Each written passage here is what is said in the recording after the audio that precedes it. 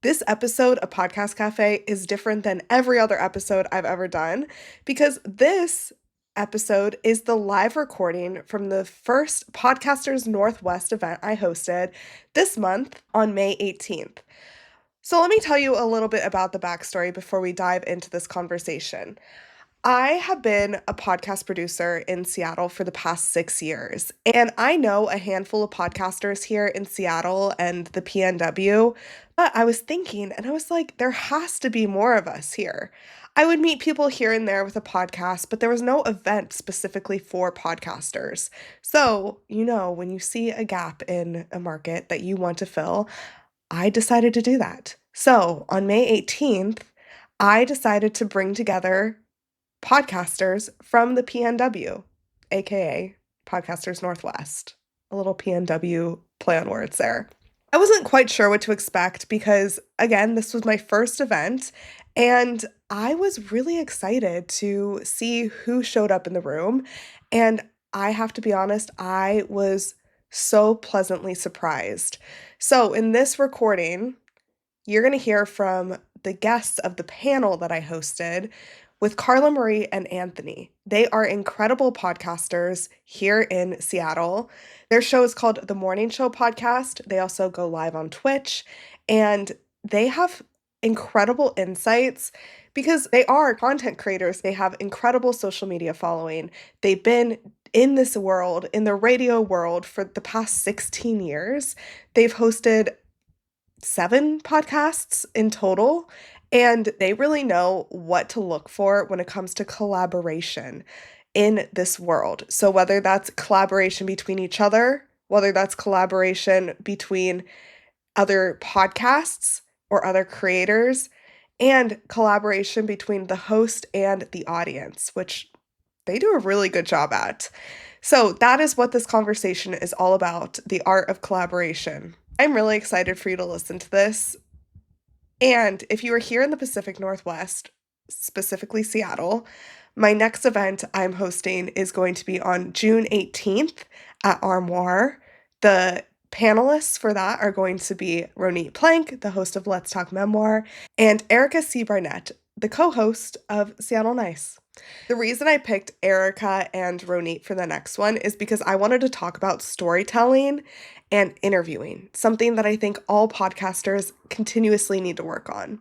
So it'll have a really fun juxtaposition between me and my interview style, which is casual and full of curiosity, Ronit, who talks to memoirists, and she reads every one of their books before she interviews them, and then Erica, who's a journalist. So we're going to get all 3 aspects of interviewing so you can decide, and storytelling, so you can decide which way you want to go, because there's a time and place for each of them.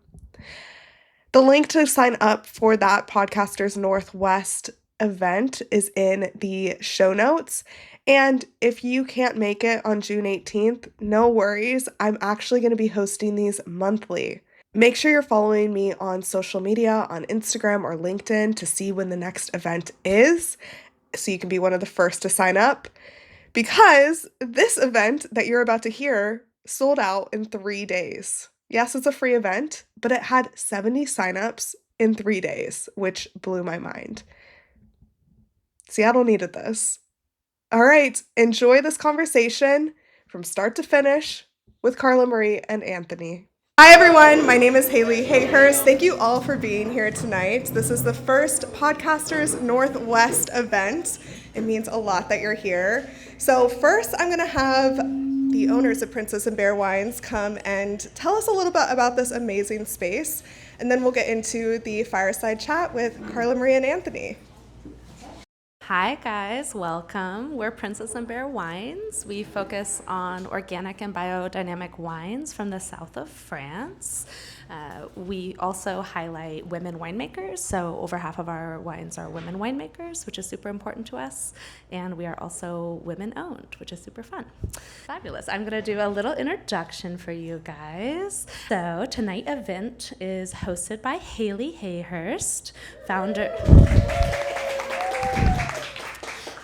founder of Espresso Podcast Production. Haley started podcasting in 2018 while studying journalism at University of Nevada, Las Vegas, and turned her love into talking to a full-time career. For the past 6 years, she's been helping brands, entrepreneurs, and creators launch and grow podcasts with strategy-first production support. And she hosts the podcast Employee to Boss and Podcast Cafe. She created Podcasters Northwest because she wanted more in-person connection and community for podcasters and creators here in Seattle. So thank you very much. Thanks for being here. I thought it'd be kind of silly to read my own bio, so made into that for me. Anyways, I'm here with Carla Marie and Anthony. So their bio is... Oh, thank you. Carla Marie and Anthony are podcast hosts, broadcasters, and multi-platform creators who have been building content together for over 17 years. They met while working on the nationally syndicated Elvis Duran and the Morning Show in New York, where they launched their first podcast, My Day Friday, in 2014. That led them to landing their own radio morning show in Seattle on Power 93.3 and Kiss FM before going independent with their own media company. Between the two of them, they have hosted over 8 podcasts total. They now host the Carla Marie and Anthony live on Twitch and a daily podcast. Can you guys imagine doing a daily podcast? No, I can't. I shouldn't have. Daily podcast, The Morning Show Podcast, which is about to hit its 1,000th episode. Crazy. So obviously they know quite a bit about podcasting and content creation, and we're talking all about collaboration today. So my first question is, collaboration has clearly played a huge role in the success of your podcast and brand. So what do you think makes collaboration in podcasting work between the two of you? I think from the beginning, what worked is that we had like a clear set of each other's roles. And we were just talking about this earlier today, like we've kind of never really crossed them from day one. We each had like, you do this and I do this, and that's how we get this done. And it's been the same, whether it's a podcast or a live stream or radio show. That's just what we've done. Like, I can edit audio, but that's Anthony's job. So I can do it if I need to, but he does that part of it. So we've always had that separation. I think that is what works best between us, because I'm never wondering like who's going to do this or who's going to do that. Yeah, and honestly, it sounds like we have like a list of things that each of us does, but we really break it down to forward-facing and behind the scenes. So if it involves plugging things in, fixing things or whatever, all the behind-the-scenes stuff I end up handling. Yeah, oh, that too. And then all of the forward-facing stuff, so website, social media, sending bios to people, all of that Carla Marie does, but also just like any relationship at all, whether it's work, love, family, it all comes down to trust, right? And you have to trust that the other person is going to carry their weight in this project. So, yeah, and podcasts with collaboration with other podcasters and creators is super important in the growth of a podcast. And you guys have done really well at that also. So tell us a little bit about that approach. I think from like a philosophical standpoint, it comes down to we all want to do everything on our own, right? We all want to carry a lot of that weight, but really you kill your ego a little bit and understand you are going to go further with other people. When you are their cheerleader, when they're your cheerleader. That's how we've kind of viewed all of our collaborations with other radio hosts, TV hosts, podcast hosts, whatever it is. If you kind of focus on building a community that supports one another, you're going to grow. It might be slow, but it'll be steady. And I think one of the cool things that we have done in the past is once you find a podcaster, which you will, like raise your hand if you host a podcast. Okay, look around, whether they're in your niche or not. Oh, hold on real quick. Also raise your hand if you're thinking about hosting a podcast. There we go. He's back there. So we've done this. It sounds like it's so simple, but it's so smart. The idea of like trading ads for each other's podcasts. So whether we record it for your podcast or you record it for your own podcast, but we bake it into our podcast as an ad. And that's just free promotion, and you're swapping, and you say, okay, we'll run this for 3 weeks, then we can, whatever it may be, or and we'll you know swap they it already out. like podcasts because Right. they're listening on another podcast. So it's not like you have to figure out how to get them to listen. Exactly. When your favorite podcast finishes, you're looking for something else. Well, if your favorite podcaster recommends this other podcast, then there you go. You're going to trust them and you're going to listen to it, and vice versa. Another also thing to do is, if you have guests on your podcast, have other podcasters as guests on your podcast. That's something we've done. People that are going to share your content, and that's always helps. It'll give you a little boost from time to time. But then keep those people, whether coming back or doing that ad trade like I mentioned, because then your audience will be like, oh, they actually like this person. It's not just a one-off thing that they decided to do. And a lot of times people want to get the biggest guests they possibly can on their podcast, which is great. And that might give you a boost for that episode. But what you have to also think of is, are people coming to me for that guest or for the content that I'm creating? And oftentimes it's way more beneficial for long-term growth to have a podcast or a guest that is equal in your size, right? Because you're on equal footing there, and you'll have a much better chance of having them post on social and interact with your content in other platforms, as opposed to a guest who's kind of doing a book tour or whatever and is just passing through, giving you 20 minutes and then never posting about you again. Just realized I'm the only one up here with my emotional support, Rose. So, oh, there it is. Okay. You guys are more fun than me. Sip this. I got a table though. Yeah, so I think that is really important. Roni over here is one of my clients, and she talks a lot about that. She interviews a ton of guests, and we always talk about how sometimes the biggest guest isn't the one that will share it. It's so true. You get someone on, you're like, oh, this is it, and then like they don't share, or their people don't come. Yeah, exactly. So then Interject whenever you want. yes, interject. We're all podcasters. We like to talk, right? So the last type of collaboration, or another type, is the one with the audience. And I think this is what a lot of people neglect, right? Podcasting is a very solo activity. It's just you and your microphone, and we don't always think about who's on the other side as much as we should, and talking and collaborating with them. Like, you guys do that really well with, you'll talk about it. But. Yeah, we come from radio, and we come from radio when people would actually call into radio shows. And that was a two-way communication. As much as you think you're sitting in your car listening to a radio show on your way to school or way to work, that show relied on callers. And so did we when we had our radio show. So anytime in podcasting, whether we were on the radio and podcasting or after, that was what we knew to do. So it just kind of came naturally to us. But from, hey, email us your favorite song, we'll play it on the podcast, back when you could play songs on podcasts and not get in trouble. Or at least, just not get in trouble. We couldn't actually do it legally. Yeah. Whatever it may be. So it was just interact with us in some way, because we say now, we're like, no, we are the Carla Marie and Anthony show. We say we're Carla Marie and Anthony and you are the show, is how when we do our live stream. And we call our audience, like, yeah, you're our boss. We're taking the day off, just a heads up, or whatever it may be. So they're our community. They are people, they've given themselves a nickname. And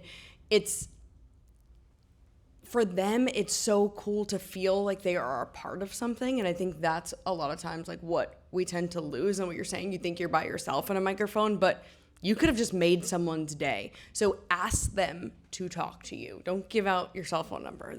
Please don't do that.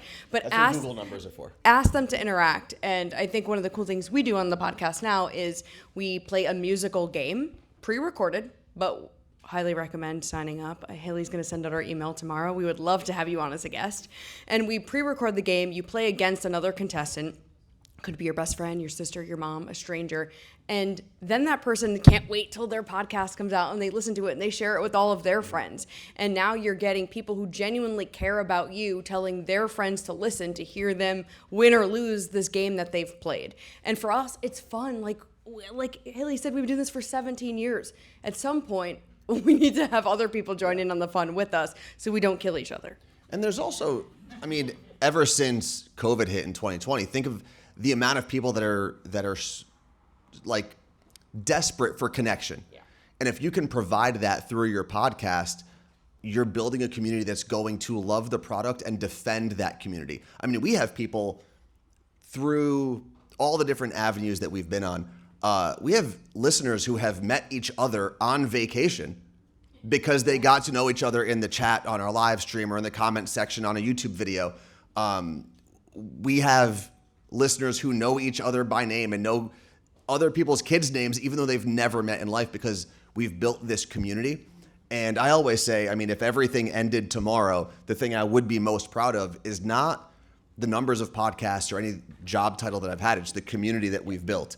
And that community is going to be there when celebrity guests are not, or when the casual listener drops off. And you're protecting yourself in a way, too, with that community.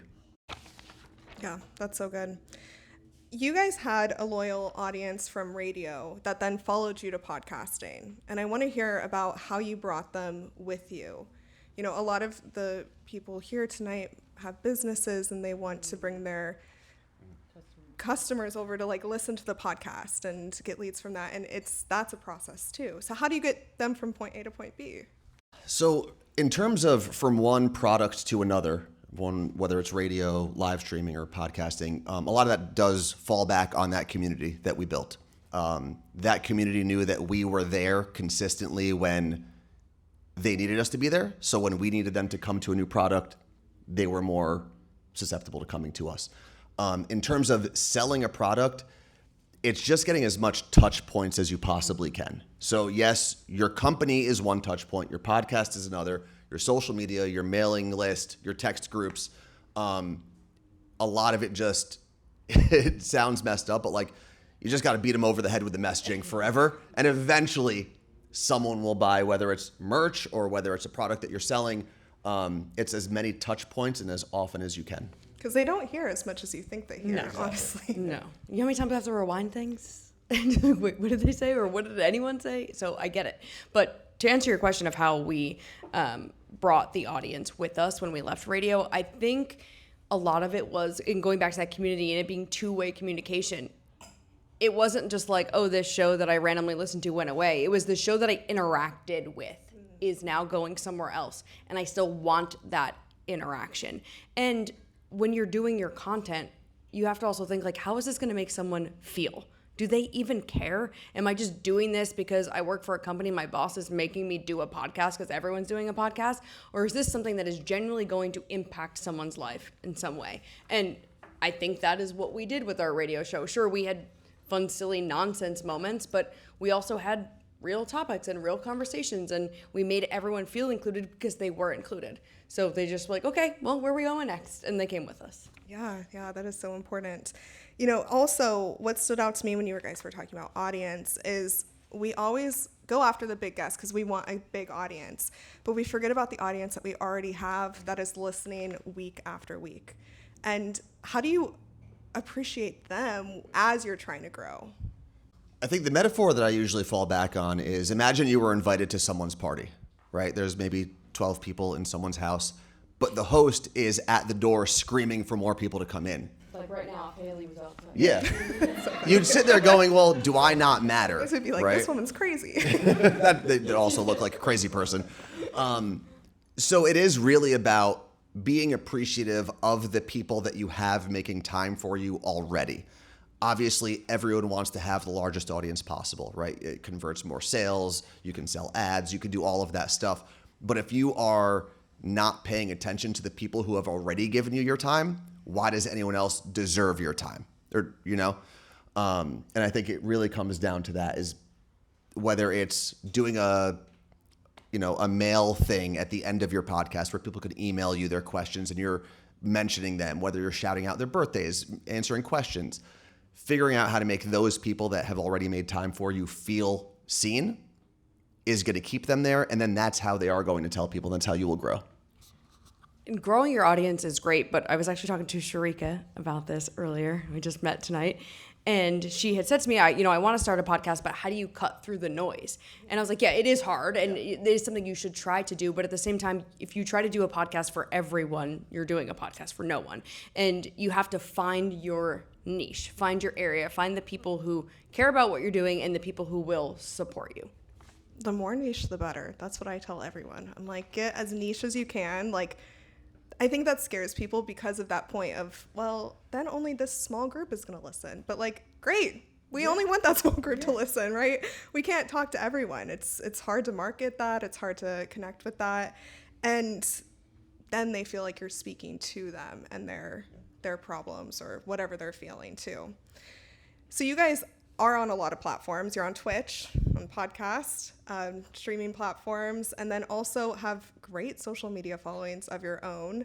You used to do radio. So how do you figure out what is worth your time to show up on? Because you could show up everywhere, right? Yeah, I mean, you can. You'll be exhausted. Yeah. Tired, I mean, yeah. that's the thing is like we're not even everywhere. So at some point you have to decide, sure, yeah, are the numbers here on TikTok or where they are, but where do you genuinely enjoy being? Because if you hate being on TikTok and you hate posting on TikTok and it drives you nuts to edit that type of video, then don't do that. Just go somewhere else and put that content somewhere else. Because at the end of the day, if you freaking hate it, it's not worth your time, it's not worth your energy, it's not worth it. But it also doesn't have to be the end all be all. Like there's times where I'm like, you know what, I'm gonna focus on posting on TikTok right now. Or right now I'm like all over Threads. Follow me on Threads at the Carla Marie. It's my favorite spot.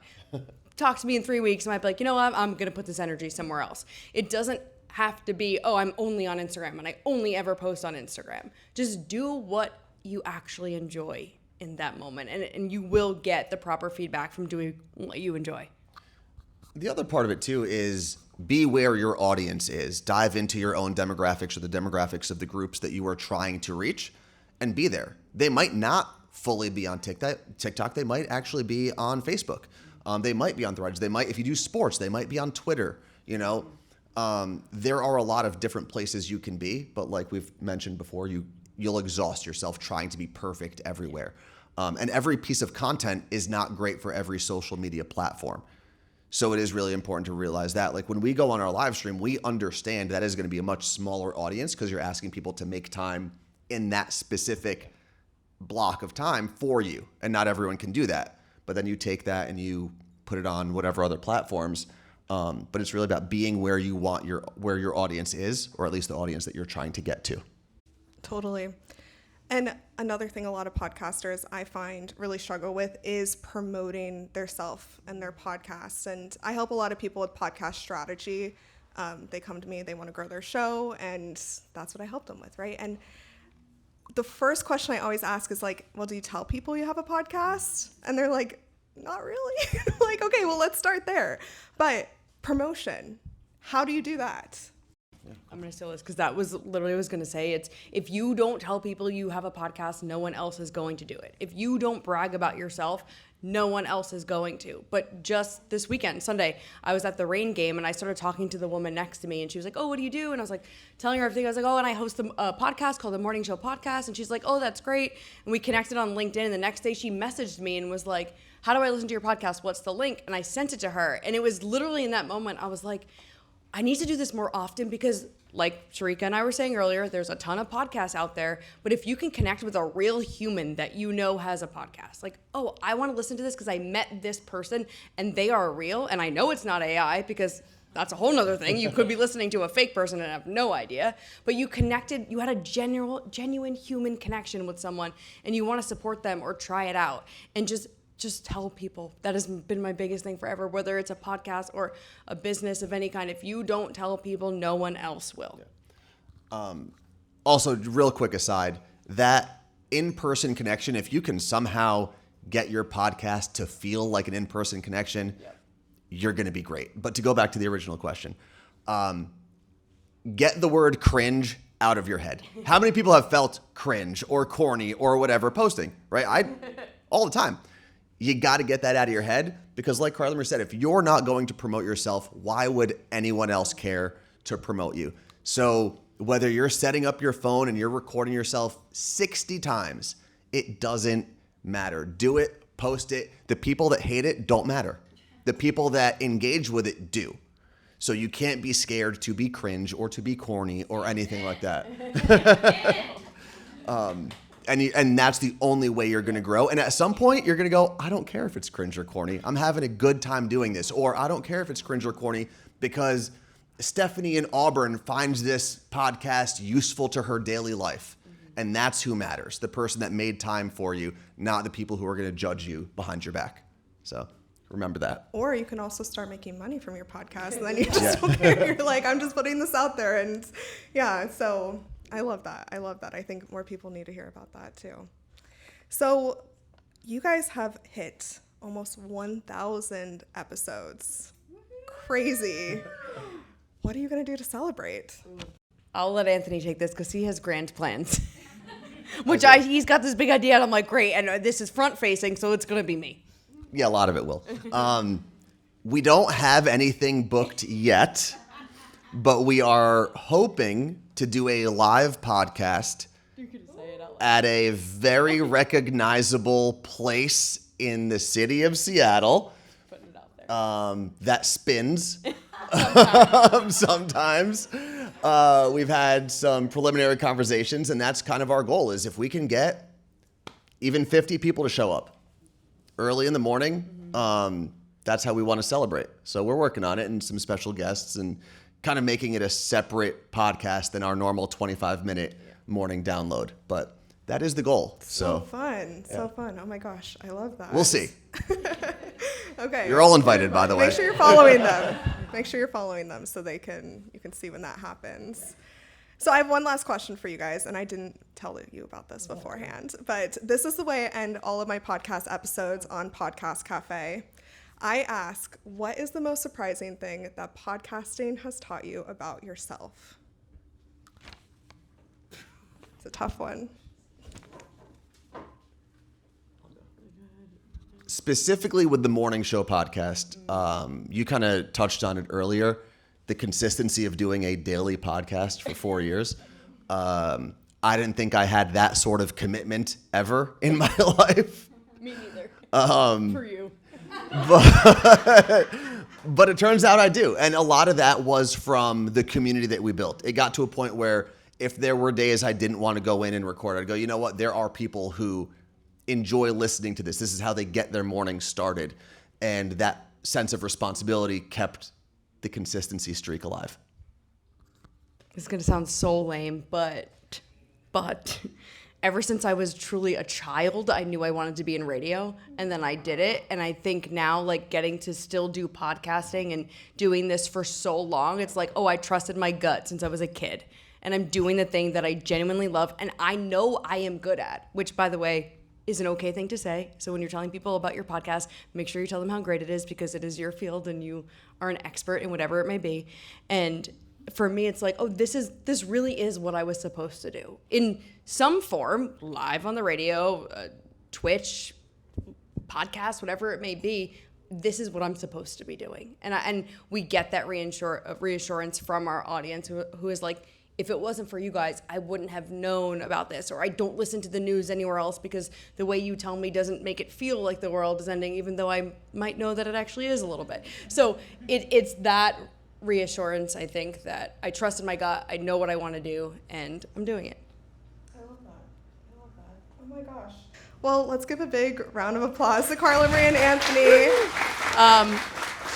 Right back at you, because none of us will be here tonight. Like, do you know how hard it is to get people in Seattle to come out to an event? This is insane. This place is packed. This is awesome. Podcasters want connection.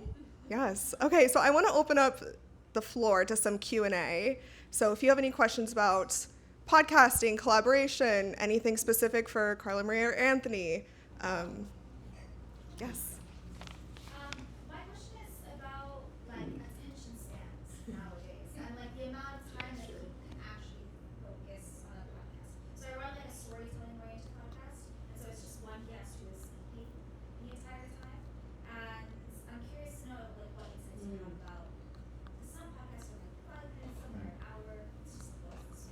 So that's a great question. What was your name? Question really quick, just for our audio. But her question is about the attention span of listeners. What was your name?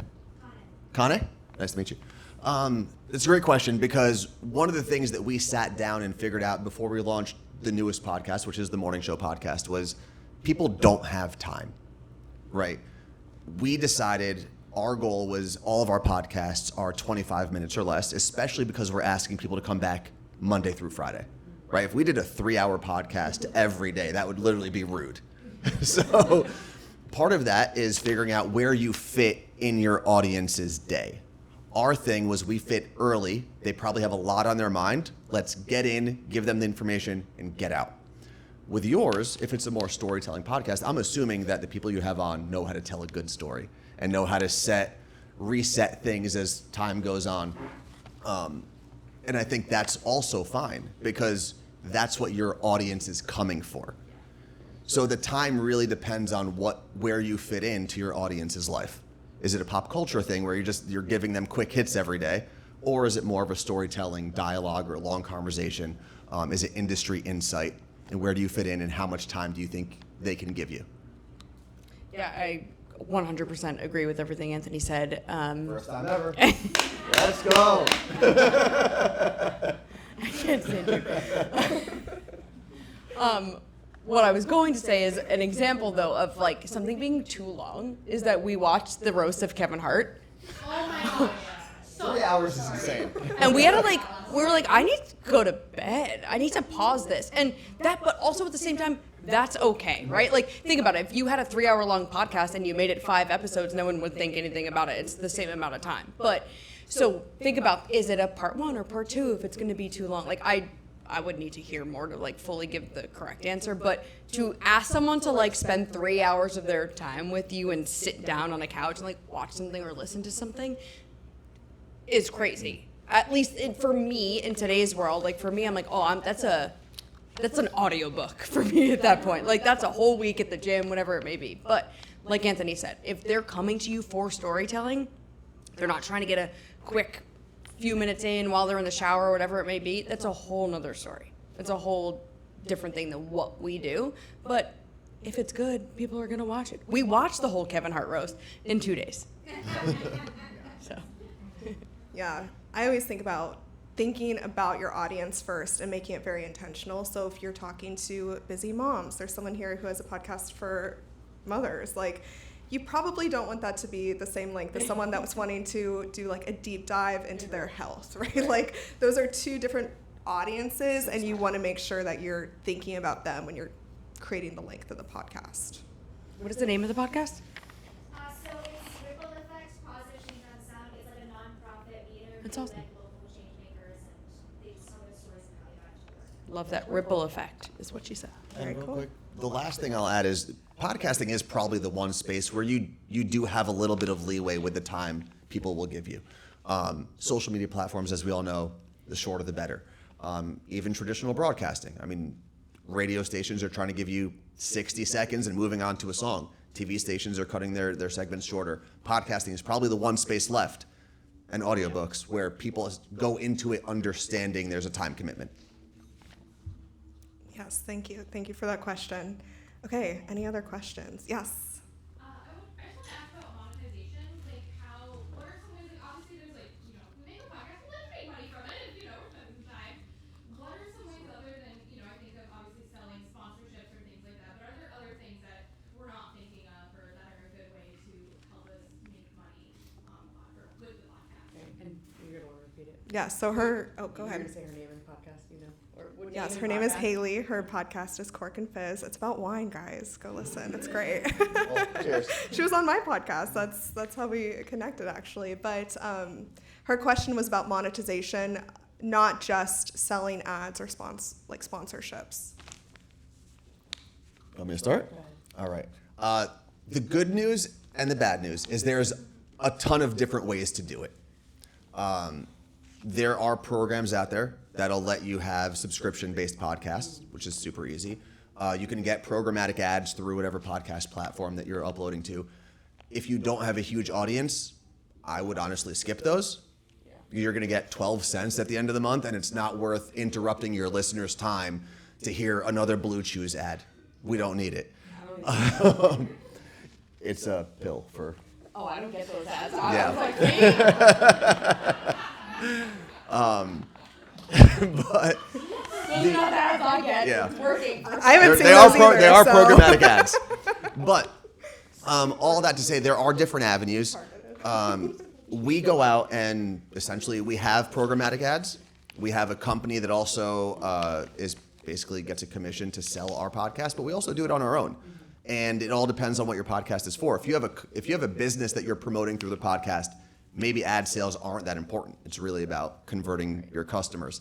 But for us, it's not. It is an advertised-based business. So we'll go out and we'll sell our own podcast space to some of our partners, and I think Carla Marie can expand on that. Yeah, we also, I know you said like not sponsorships, but that is, I mean, we'll do it where it's like, okay, and we also add it to our Instagram, or could add it to a newsletter. So we're hitting people everywhere, or maybe they heard it on the podcast, completely forgot about it, but when we posted it, they remembered to like click the link. So it's going back to that multiple touch points. It works that way as well. But you are in the wine space, so have you thought about like affiliate links think about that for whatever, I mean, it doesn't even have to be your niche, but there are many platforms, whether it's LTK or ShopMy, or there's quite literally like hundreds of them at this point.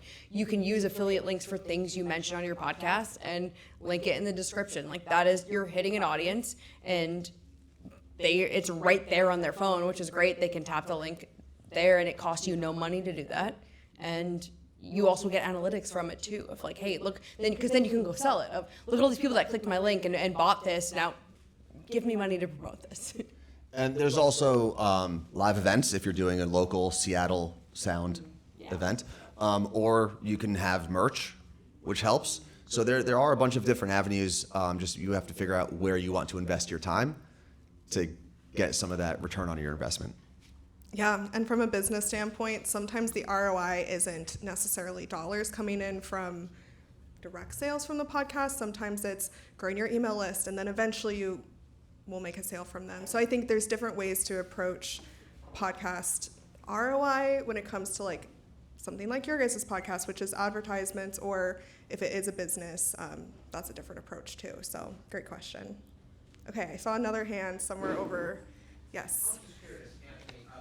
You guys think like radio.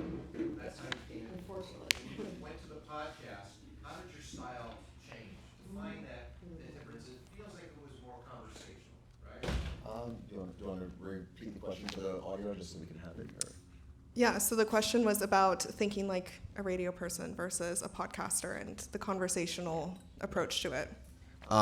We were thankfully had a morning show for most of our time in radio. So we were able to talk and have listeners on and stuff like that. The benefit is we don't have a boss telling us to shut up every so often.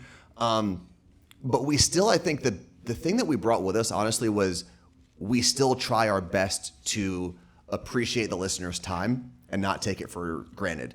So even though we do talk at a longer clip, we still try to kind of edit ourselves and bring it down to understand, because we come from that world and we understand people have a lot going on, you know?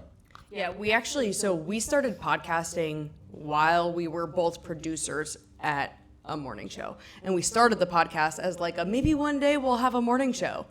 Well, that was really what Anthony was saying. I was like, okay, this is fun on a Friday. Let's record this podcast. We got a morning show. It was crazy. So we had that radio. We were doing both at the same time. So to us, it was just like another morning show that we were doing. But, and kind of piggybacks off of what you were saying, a lot of times it's like, what am I saying? I don't need all this extra fluff in here. This part isn't necessary for the story or isn't necessary for the conversation, whatever it may be. So we'll cut some stuff out in post. But conversationally, yes, like everything that we have done for the most part has been conversational, almost with the exception of what we do now. And we've kind of pivoted back to going conversational. So the morning show podcast is very structured. You know what you get every day, in that we start with the core four. It's 4 headlines you need to know, and then we move on to this, then we move on to that. And we were realizing we were kind of both like doing it as news reporters, and because we each take a segment, and we're like, we need to know, you tell me what's happening versus you just reading it. So we started doing that, and we feel better about it. We think people enjoy it more. So yes, everything we've done has been, even if it's like notes and a quote unquote script, sorry, my Rosé's here, I'm doing quotes. We still try to be conversational, in that we're telling each other and having a conversation about the headline while also giving you the facts. I hope that answered your question. Yeah, I don't know if we answered your question. I don't even know. All right. Okay, awesome. Well, I want to leave room for okay, we'll do one last question. Yes. Hi, I'm Shirley. I don't have a podcast yet, but me and Emma, we have a Seattle lifestyle content where we two Seattle girls and we post content. Follow them. They're great. Thank you. But yeah, we are obviously very interested in creating our own podcast. But how do you guys divide like the roles and responsibilities between the two of you? I feel like that's something we're still trying to like navigate day to day with content. Like who does the script, who actually edits the video. Would just love to get more insight. Yeah, so the question was about delegating between the two of them, and yeah, like you guys. I'm not trying to call you out for being late. We mentioned this earlier, so just saying. I know her, that's why I can say that. I didn't want to act like we didn't also. No offense, fucking but with you. dot, dot, dot. No, I'm kidding. But no, how do you do that? So we had mentioned that like we've been working together for 17 years and we've kind of stayed in our lanes. And I think it's a matter of what are you each better at, and what, again, going back to what do you enjoy doing? Because honestly, I would put the enjoyment over being better in this case of like, if you hate writing scripts, but like you're probably better at it, but you just don't want to do it, then you're not going to do it every week, or you're going to keep putting it off. So divvy up the things you enjoy doing. It doesn't mean that at some point you can say, I want to try it, or I want to do that, or whatever. But find the things like, all right, these are the 10 things we need to do for every episode. What 5 are you taking? What 5 am I taking? Give or take some weeks, maybe it's 6 and 4. But do the things that you guys enjoy doing. You obviously work well together. You've been doing this for how many years? 4 or 5 years. You have a very successful social media account that people recognize and know. I mean, this is just another version of what you're doing. It's just talking more. And I would say how you divvy up the responsibilities is less important as to having clear guidelines and not leaving any room for mistakes, because that, especially when you work with someone that you like, that can create friction, that gray area. Whereas if you just said, hey, all of these things that fall in this category are you and you alone, obviously I'll be here to support you, but these are your deliverables, that makes things a lot easier. Just like anything, clear communication, as hard as it is the key. Yeah, and quite a few of my clients are here tonight, and for like they are their own podcast, right? Like they don't have a team. Right. So like I am their team member. I'm doing the editing, production, posting it. All they have to do is sit down and press record and send it to me. And I think that delegation in itself is hugely important. So whether it is like the two of you doing it, or whether you need someone, that's what I'm here for. So yeah, I think just like handing off as much as you can, because it's a lot of work. It's so much work, and you're gonna burn out if you try to do it all by yourself. So go into it thinking it's a lot of work, and then yes, go ahead. I have something I want to add that's, no one asked this question, but something that we never did, and I wish that we did, was make our podcast seasonal. Now, the morning show podcast is different because that is supposed to be every day, and we obviously take vacation. We do take time off. But when we first started podcasting, we're like, we're going to do this every Friday, where I wish that we were like, all right, we're going to do this every Friday for 3 months. We're going to take 3 weeks off to reset, and then we'll be back. Once you put your audience into that rhythm, they will understand it. Even if you do it once a month, whatever it is. But the idea of giving yourself a mental break and a clear-cut break and making it seasonal is so important. I wish that we did that. And on top of that, though, you do have to have a rhythm, like you said, right? You can't say, oh, this is going to be a bi-weekly podcast, but you didn't feel good the third week and just decided not to post something, because that is going to dilute that trust your audience has with you. And you want to have an audience on a schedule in some capacity. Batch record. That's my tip. I put out podcasts every week. Don't go check, but yes, almost every week. And I think that is one of the most important things of like batch recording. So you don't have to, but for your guys' show, obviously you can't predict the future, but once you guys figure that out, batch record. Be rich. Okay, well, thank you all for listening to our fireside chats. It went a little over, but it was, I mean, we could talk all day. So that's we the all thing. could at this You point. can't come to a podcast event and expect it to run on time. So thank you all. I was thrilled that this event booked up so quickly, so started planning the next one already, and you guys have first dibs on it. Thank you. It's going to be on June 18th at Armoire, which is this is from Armoire. We love renting from Armoire. So I will, in the email that goes out tomorrow morning, a link to register will be on that. And this event sold out in 3 days, which is insane. So make sure that you get. I know. I was like, so I don't have to post it. I don't have to post anything. I thought this was a microphone. I gotta go. But I appreciate you all for being here. So if you have any more questions, we're in the space till 8. So connect with each other, collab with each other, come ask us questions, and thank you all. Yeah, even if you were late, like Carla Marie said. Thank you so much for listening to this live recording of my first ever podcasting event for Podcasters Northwest. I loved this conversation. I loved the questions that were asked, and I especially love Carla Marie and Anthony's insights into how they podcast coming from a radio background. If you want to be involved in these conversations and you are in the Pacific Northwest, specifically Seattle, my next event will be June 18th at Armoire. You can find the link to sign up for that in the show notes. It is going to be such a good conversation. In that recording, I'll be talking to Ronit Plank, a client of mine and the host of Let's Talk Memoir, and Erica C. Barnett, who co-hosts Seattle Nice. They are amazing podcasters, and we will be tailoring that conversation to storytelling and interviews. 2 things that I think podcasters always need to work on.